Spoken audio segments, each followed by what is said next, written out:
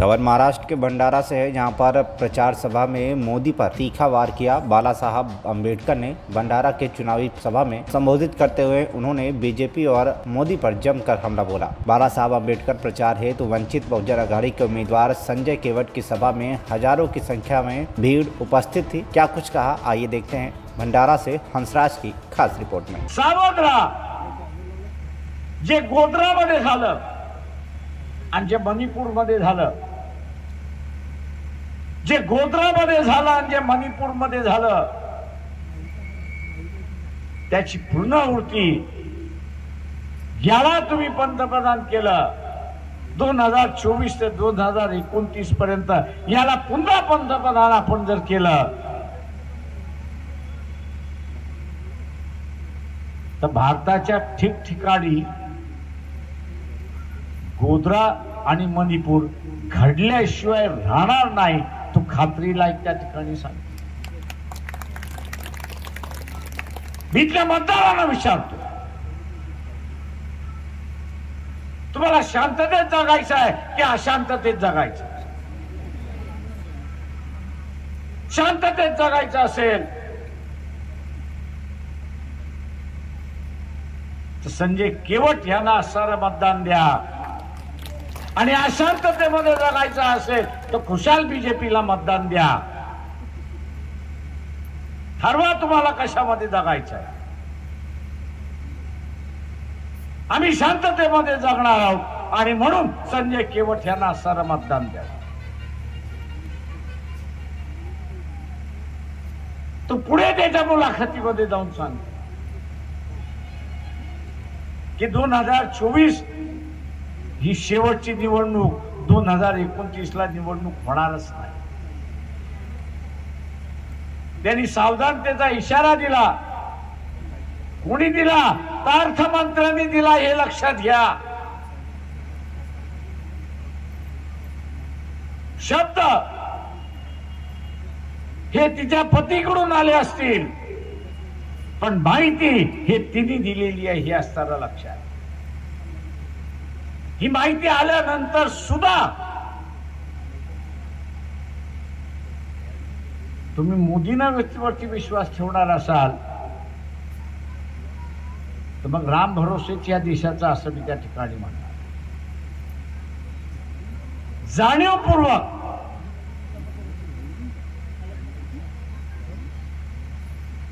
कोणी उडी घेणार असेल तर त्याला करणार काय? अज्ञानाने घेणार असेल तर त्याला तुम्ही शिक्षण करू शकता। इलेक्शनच्या निमित्ताने जे घडतंय त्याचा असणारा आगा आम्ही आपल्या सगळ्यांना या ठिकाणी करतो। ज्या माणसाने आज उमेदवाराची ओळख कशी होते, तर मोदीचा उमेदवार देवेंद्र फडणवीसची भाषण आपण ऐका, तो आरएसएसचं नाव घेत नाही, तो बीजेपीचं नाव घेत नाही, तो असं म्हणतो मोदीला ताकदवर करण्यासाठी मतदान तुम्ही मोदींच्या उमेदवारांना करा। तो असं म्हणत नाही की हा बीजेपीचा उमेदवार आहे, बीजेपीला मतदान करा, असं देवेंद्र फडणवीस म्हणत नाही। ज्या मोदीने सुरुवात केलं की काँग्रेस संपवा, ज्या मोदीने सुरुवात केलं की काँग्रेस संपवा, आज आपल्याला असं दिसतंय की काँग्रेस तर संपली नाही, पण मोदी भारतीय जनता पक्ष संपवलाय आणि मोदीच मोदी, दुसरा तिसरा कोणीच नाही। मित्रो, देशामध्ये अनेक प्रकारचे असतात, आम्ही एकत्र आहोत दाखवण्याच्या दिशेने आहेत।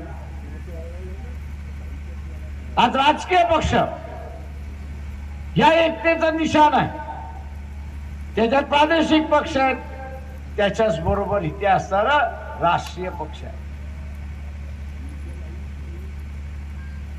प्रादेशिक पक्ष पण आहे, तिथले असणारे राष्ट्रीय पक्ष पण उद्या इथलं राष्ट्रीय पक्ष संपलं, चित्र काय जातं? तर आपण विघटनेच्या मार्गावरती आहोत।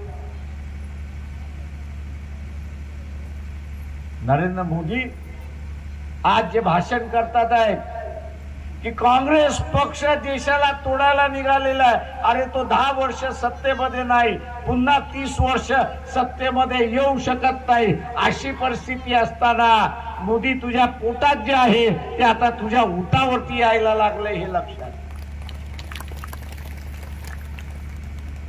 अनेक जणांना हे आश्चर्य वाटत असत.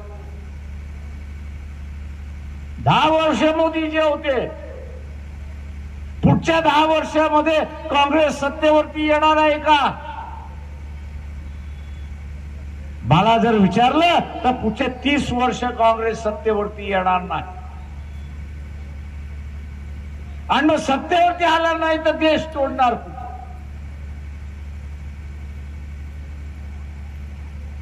आणि म्हणून मोदींनाच या देशाचं वाटोळं करायचं.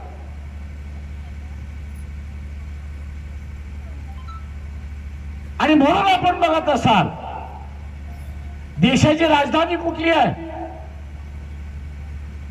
कुठली आहे देशाची राजधानी? नक्की 100% खरं म्हणताय तुम्ही? पण या पंतप्रधानाने डोनाल्ड ट्रम्पला बोलवलं. कुठे बोलवलं? कुठं बोलवलं? अहमदाबाद. आंतरराष्ट्रीय परिषद झाली ती कुठे झाली?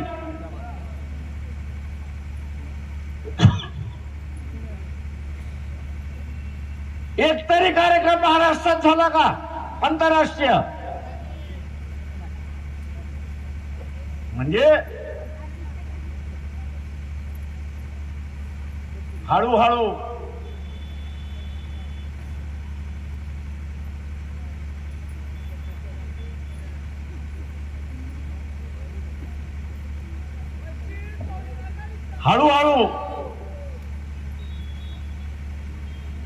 दिल्लीला सुद्धा तो मिटवायला लागलेला आहे.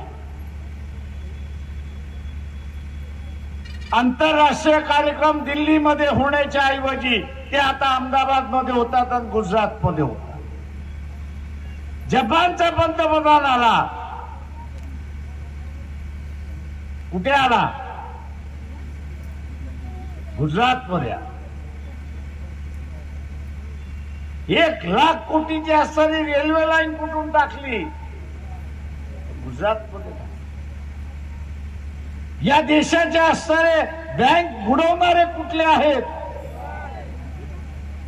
कारवाई झाली का?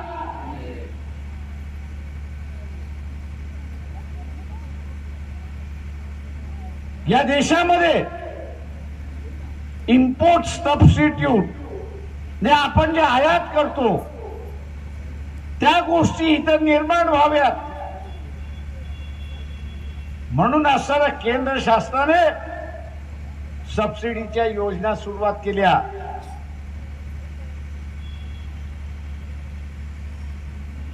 बहात्तर कोटी या इम्पोर्ट सबस्टिट्यूट मध्ये वाटण्यात आल्या. त्याच्यापैकी 90% हे गुजरात राज्याला मिळाले, हे लक्षात घ्या. मोदी हा काही देशाचा पंतप्रधान नाही. मोदी हा गुजरातचा पंतप्रधान आहे, हे आपण असताना लक्षात घ्या. आणि म्हणून मुंबई ही आतापर्यंत सांगितलं जात होतं की इकॉनॉमिक कॅपिटल आहे, अर्थ कॅपिटल आहे. आज तिथली सुद्धा ऑफिसर्स गुजरात मध्ये घेऊन चालली.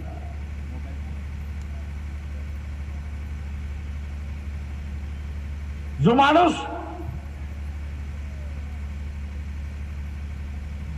आज देश तोडण्याची भाषा बोलतोय आणि कुठल्या तरी पक्षावरती दोषारोपण करायला लागलाय, त्याचं वागणूक आपण असताना बघितलं तर त्याचं प्रेम फक्त गुजरात वरती आहे, म्हणजे आवडती नावडती राजाची बायको जशी होती तशा रीतीने पंतप्रधानाचं गुजरात हे आवडतं आहे आणि उरलेलं नावडतं अशी असणारी परिस्थिती आहे. अशा ह्या राजाला तुम्ही सत्तेवरती बसवणार आहात का? मी इथल्या साऱ्या तमाम माणसांना विचारतोय, इथल्या तमाम माणसांना विचारतोय,